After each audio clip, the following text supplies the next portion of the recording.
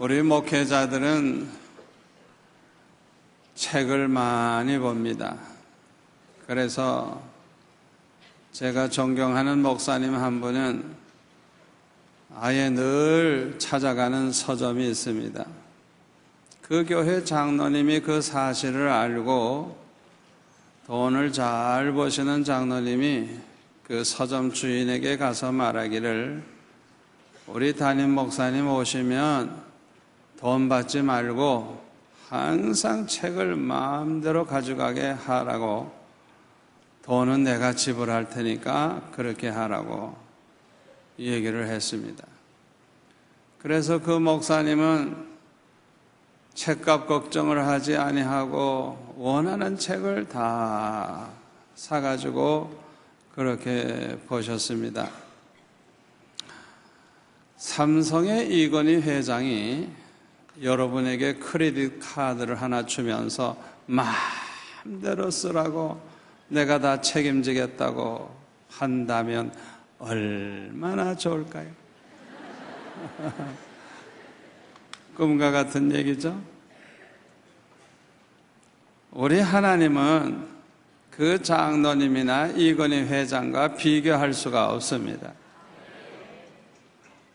우리 하나님께서 우리를 다 책임져 주신다고 하며 하나도 부족함이 없고 모든 면에 완전하고 모두 참 행복한 마음으로 살아가게 될 줄로 믿습니다. 성경에 보니까요, 하나님이 책임져 주시는 사람들이 있어요. 첫째로는 하나님 말씀대로 순종하는 사람을 책임져 주시겠다 그랬어요. 하나님이 말씀하신 것에 대해서 순종하면 들어와도 복받고 나가도 복받고 손으로 하는 모든 일에 복을 받으리라 그랬어요. 다시 말하면 하나님이 책임져 주시겠다는 거예요. 아멘. 여러분, 복받는 방법을 잘 아셔야 돼요. 내 어떤 방법으로 복받을 생각 말고 하나님 말씀대로만 순종하면 우리 하나님이 책임져 주신다는 걸 믿으시기를 바랍니다. 또 하나님을 찾는 자를 하나님께서 책임져 주십니다. 우리 하나님은 하나님을 찾는 사람을 아주 기뻐하세요. 여러분, 어떤 문제가 있으면은 자기 혼자 고민하지 마시고 하나님 앞에 나아가 부르짖으시기를 바랍니다. 기도하시기를 바랍니다. 하나님을 찾으세요. 만나 주십니다. 그 사람을 하나님은 책임져 주십니다. 하나님께 나아가는 사람을 하나님께서 저버리신 적이 없어요. 외면하신 적이 없어요. 아멘. 그래서 예레미야 29장 12절에 보면 너희가 내게 부르짖으며 내게 와서 기도하면 내가 너희들의 기도를 들을 것이요 너희가 온 마음으로 나를 구하면 나를 찾을 것이요 나를 만나리라. 이렇게 하나님은 말씀하고 있어요. 또 우리 하나님은 하나님의 뜻대로 사는 사람, 하나님의 뜻대로 구하는 사람을 책임져 주세요. 요한일서 5장 14절에 보면은 그를 향하여 우리가 가진 바 담대함이 이것이니 그의 뜻대로 무엇을 구하면 들으심이라.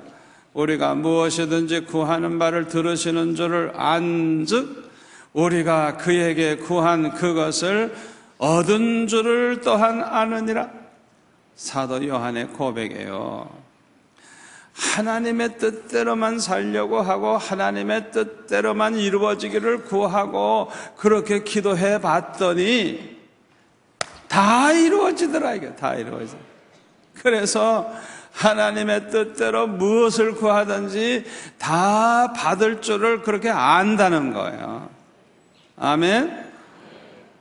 여러분, 우리가 하나님 뜻대로 살고요 하나님의 뜻대로 모든 거 이루어지기를 구하는 그런 마음으로 살면 우리 하나님이 책임져 주신다는 걸 믿으시기를 바랍니다.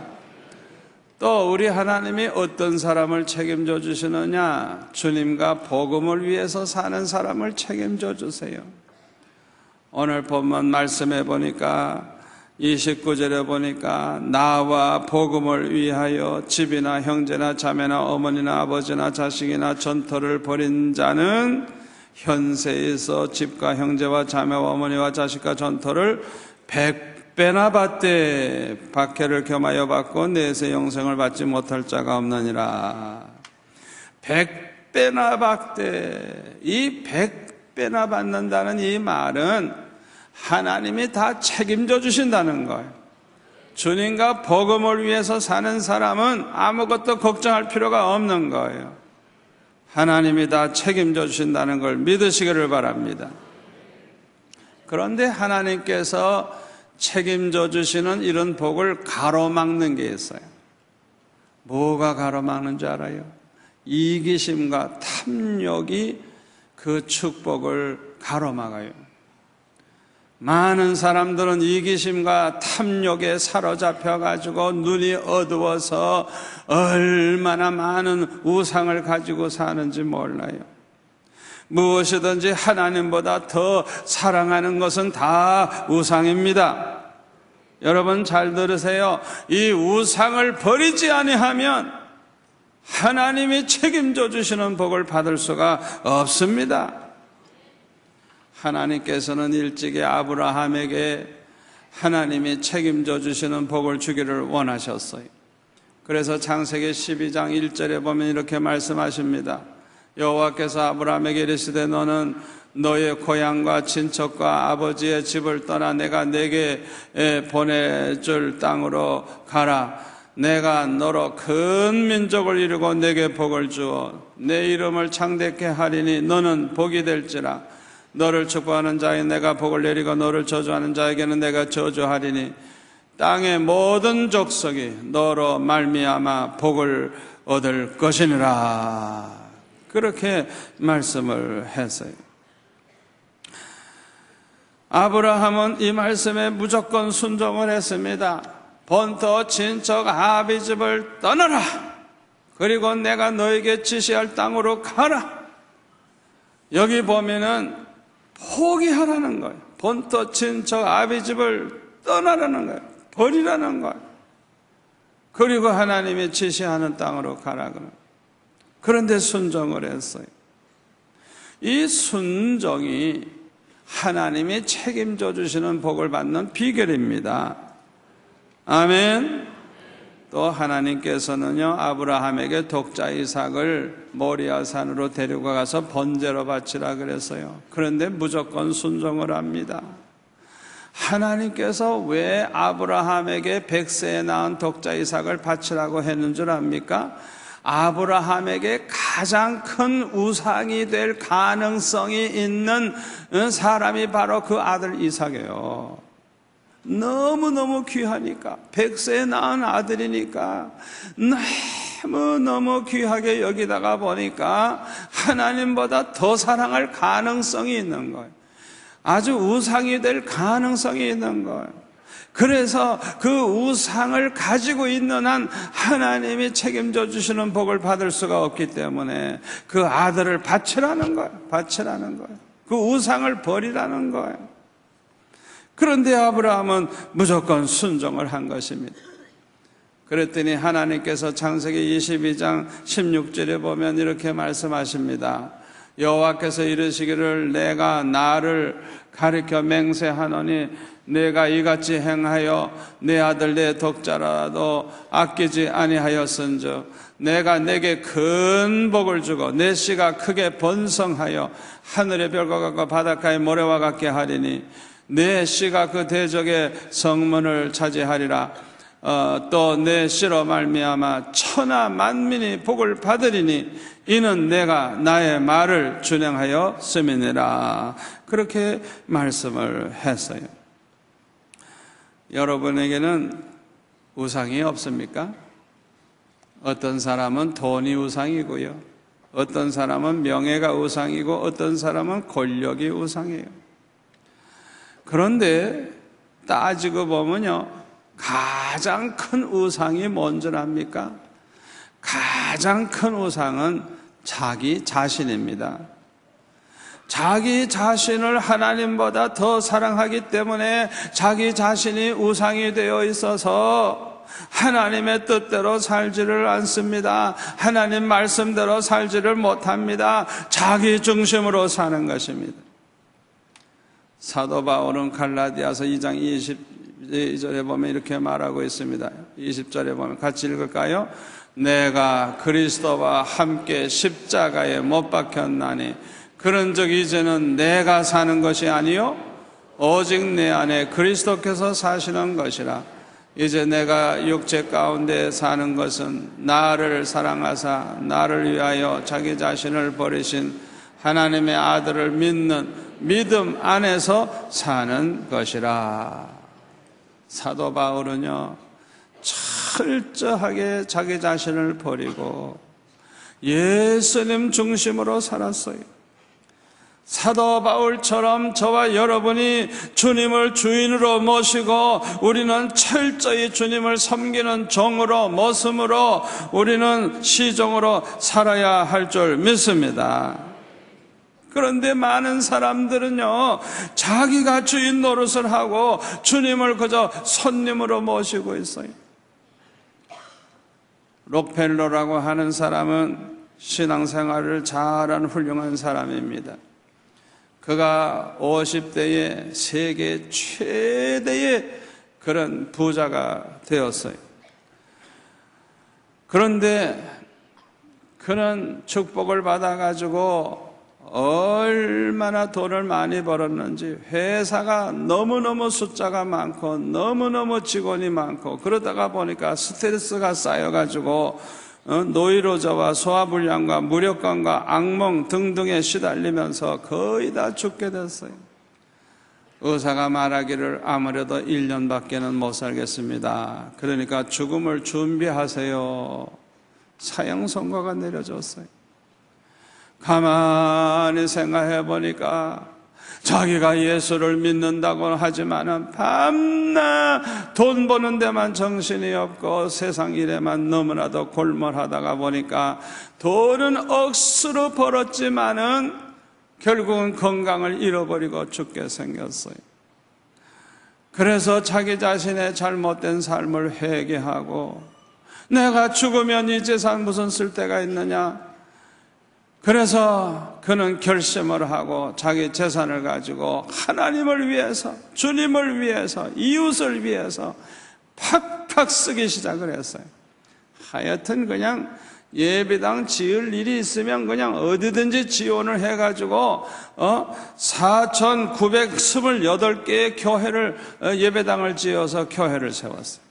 대학을 24개나 세우고요. 또 복지재단을 건립해가지고 얼마나 구제사업을 많이 했는지 몰라요. 그가 구제사업을 위해서 내놓은 돈이 7억 5천만 불이라고 합니다. 우리나라 돈으로 약 9천억 원이 되는 거예요. 이걸 계산을 해보면요, 날마다 123만 원씩 이렇게 구제비로 내놓는데 2000년 동안 내놓는 값이에요. 어마어마한 것입니다. 그는 지금도 1만 명의 대학생들에게 장학금을 주고 있고 그가 세운 대학교에서 노벨 수상자가 60여 명이나 나왔어요. 주님을 위해서, 이웃을 위해서 그 물질을 쓰기 시작을 하니까 하나님께서 1년 안에 죽는다던 사람이 98세까지 살았어요. 사랑하는 성도 여러분, 우리가 모든 것의 주인을 하나님으로 알고 우리는 주님의 종으로서 주님을 위해서 사는 그런 마음을 가질 때 하나님이 책임져 주신다는 걸 믿으시기를 바랍니다.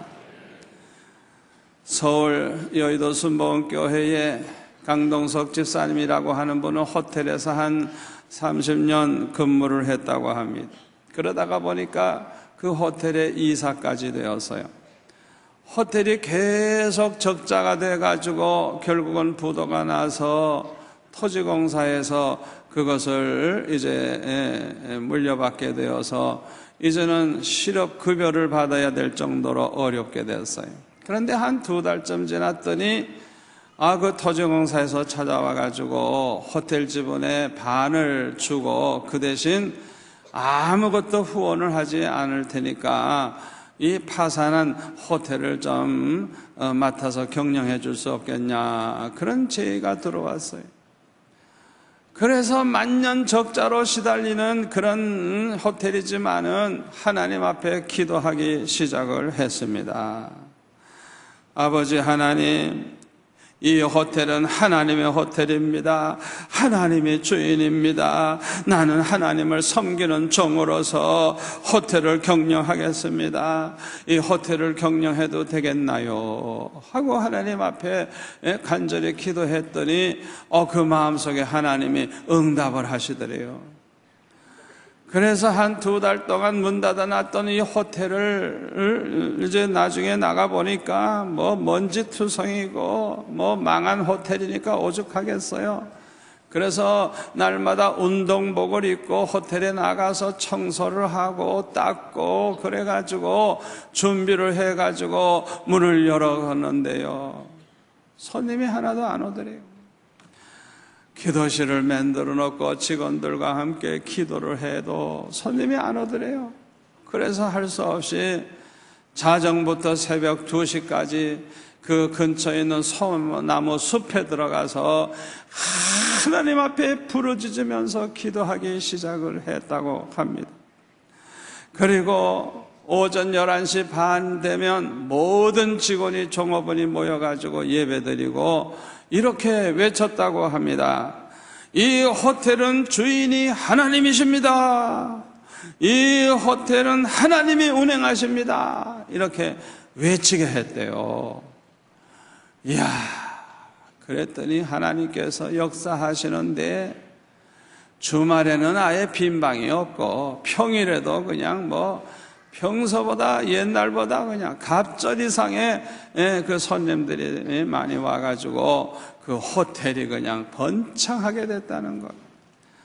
그래가지고 선교 사업도 많이 하고 그렇게 축복을 받았다고 하는 것입니다.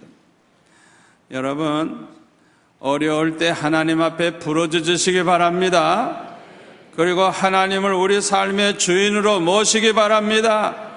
그러면 하나님께서 친히 우리의 일을 해 주실 뿐만 아니라 우리를 책임져 주십니다. 여러분은 무엇을 위해 사십니까? 여러분은 무엇을 위해 사업을 하시죠? 여러분은 무엇을 위해서 직장생활 하시죠? 아마 대부분의 사람들은 자기를 위해서 한다고 대답할 거예요.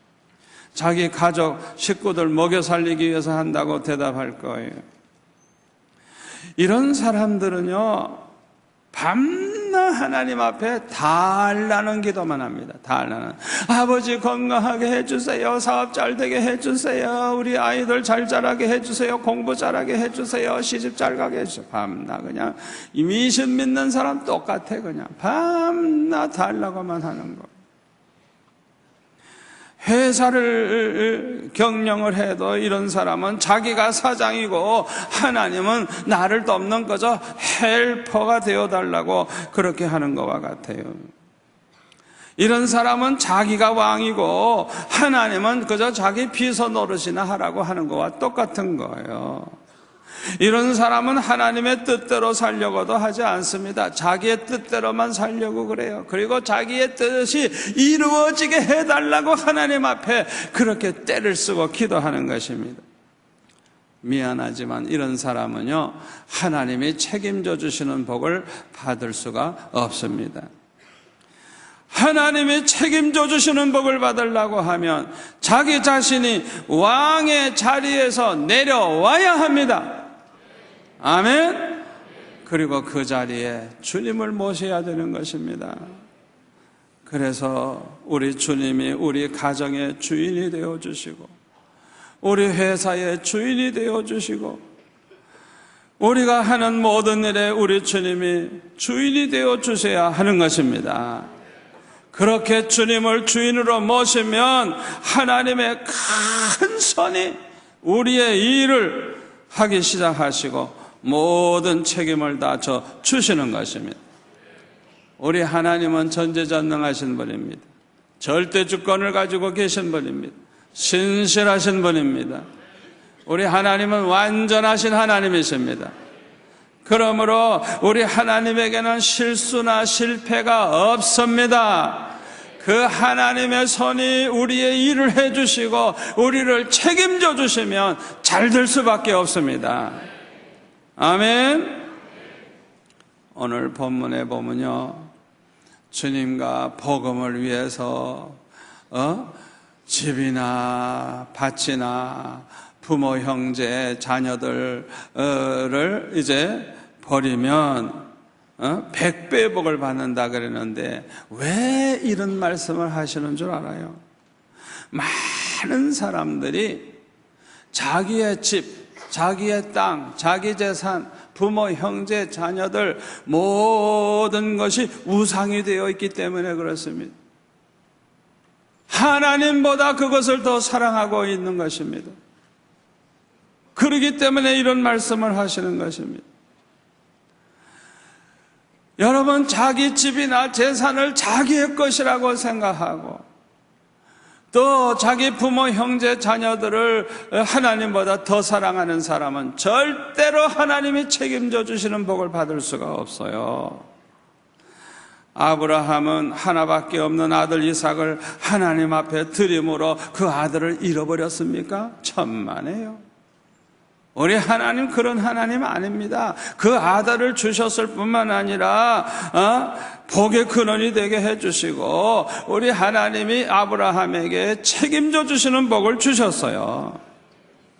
스펄전 목사님은 말하기를 헌신은 자기에 대한 소유권을 하나님에게 이전하는 것이라 그랬어요.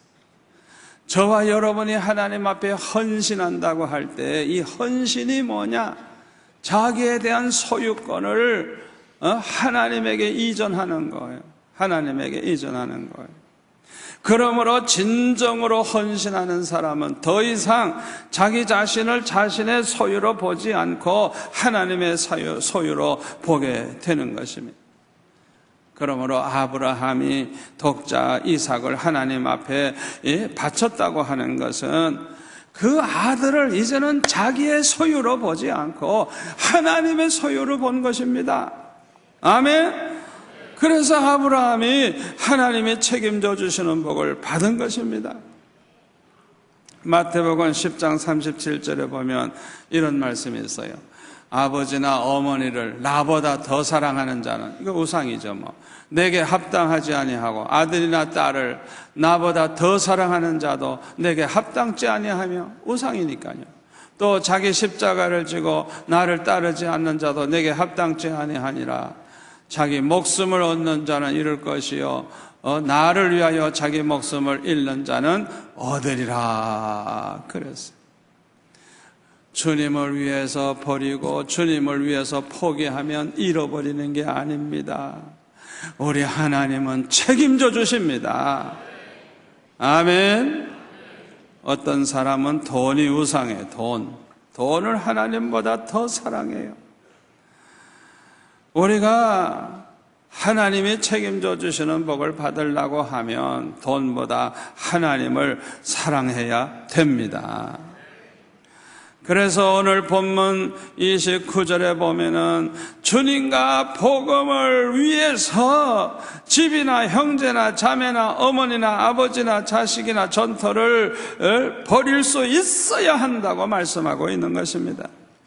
우리의 삶의 목적이 주님과 복음을 땅끝까지 전파하는 데 있어야 한다는 것입니다. 왜냐하면 땅끝까지 복음을 전파하는 것이 하나님의 소원이기 때문인 것입니다. 그러므로 마가복음 16장 15절에 보면 뭐라 그랬어요? 너희는 온 천하에 다니며 만민에게 복음을 전파하라 말씀하시지 않았어요? 하나님의 소원이에요, 소원. 온 천하에 온 천하에 복음이 전파되기를 하나님은 소원하고 계시는 것입니다. 그러므로 우리가 이 말씀대로 살면 우리 주님이 가장 기뻐하실 줄 믿습니다. 또한 땅끝까지 복음이 전파되는 것이 하나님의 뜻입니다. 그러므로 이 하나님의 뜻은 반드시 그대로 이루어집니다. 우리는 부족하지만은, 선교사들은 부족하지만은, 연약한 것 같지만은 우리 주님이 함께 해 주시기 때문에 반드시 하나님의 뜻은 이루어지는 것입니다. 마태복음 28장 19절에 보면 뭐라 그랬어요? 그러므로 너희는 가서 모든 민족을 제자로 삼아 아버지와 아들과 성령의 이름으로 세례를 베풀고 내가 너에게 분부한 모든 것을 가르쳐 지키게 하라. 볼지어다 내가 세상 끝날까지 너희와 항상 함께 있으리라. 항상 함께 있으리라. 주님이 복음 전하는 자와 함께 하시기 때문에 실패할 것 같아도 성공하는 것입니다. 안 될 것 같아도 되는 것입니다. 땅끝까지 전파되리라 했으니 되는 것입니다. 주님의 말씀대로 되는 것입니다. 그래서 마태복음 24장 14절에 보면 이 천국 복음이 모든 민족에게 증언되기 위해서 온 세상에 전파되리니 전파된다고 했으면 되는 거예요. 되는 거예요. 그제야 끝이 오리라. 반드시 이루어질 줄로 믿습니다. 주님과 복음을 위해서 살면 하나님께서 책임져 주시는 복을 받습니다. 마태복음 6장 33절에 보면 그런즉 너희는 먼저 그의 나라와 그의 의를 구하라. 그리하면 이 모든 것을 너에게 더하시리라 그랬어요. 우리가 주님과 복음을 위해서 살아서 하나님의 나라를 이 땅에 세우고 하나님의 뜻을 이루는 삶을 산다고 하면 우리 하나님께서 책임져 주신다는 말입니다. 아멘. 기독교 역사를 보면요, 선교를 제일 열심히 한 나라가 가장 강한 나라가 되고 가장 복을 받았어요. 여러분, 영국이라 한 나라가 전 세계에 복음을 전하고 선교사를 많이 보낼 때 그 당시가 영국이 제일 강대국이었어요. 해지는 곳이 없다고 할 정도로 전 세계의 구석구석까지 그렇게 들어가도록 하나님이 그렇게 도우셨어요. 왜? 복음 전하는 거 하나 때문에. 아멘. 죄 짓는 사람도 있지만은 복음 전하는 주의 종이 있기 때문에 그래서 그렇게 하신 거예요. 어느 날 선교 제일 많이 하는 나라가 미국입니다. 선교사 1등이 미국이고 한국이 2등입니다. 그런데요, 미국에 대해서 욕하는 사람 많지만은 욕을 하든 말든 하여튼 세계에서 제일 강대국이고 제일 강한 나라고 제일 부여한 나라고 그렇게 하나님이 축복하셨잖아요. 여러분, 우리 한국은요 2등이지만은 인구 숫자를 이렇게 생각해 보면 비율적으로는 우리가 더 많이 보내는 거예요. 더 많이 보내는 거예요. 2등이지만은. 그래서 요새 무슨 소리가 들리는 줄 알아요? 미국에서 오래 살다가 이 해운대 이사 오신 분들이 나보고 그래요. 목사님, 이 해운대가 미국보다 좋습니다. 이렇게 좋은 데가 어디 있습니까? 할렐루야. 여러분, 미국보다 좋은 데서 살고 있어요, 여러분들. 선교를 제일 많이 하는 나라는 반드시 하나님이 책임져 주십니다. 우리나라 사람이 뭐 복받을 일을 해서 복받는 줄 알아요? 우리 선교를 하는 우리 교회, 선교하는 성도들 때문에 이 나라가 경제적으로 무너질 것 같아도 또 일어나고 또 일어나고 또 일어나고, 선교를 제일 많이 하는 그 나라가 제일 잘 사는 나라, 제일 복받는 나라가 된다는 걸 믿으시기를 바랍니다. 여러분 모두가 다 주님과 복음을 위해서 살아서 하나님이 책임져 주시는 복을 받으시기를 축원합니다. 기도하겠습니다. 아버지 하나님, 감사합니다. 오늘 주신 말씀 마음에 새길 뿐만 아니라 그대로 실천해서 이제부터는 주님과 복음을 위해서 살게 하여 주시옵소서. 그래서 주님이 책임져 주시는 복을 받아 누리게 하여 주옵소서. 예수님의 이름으로 기도하옵나이다. 아멘.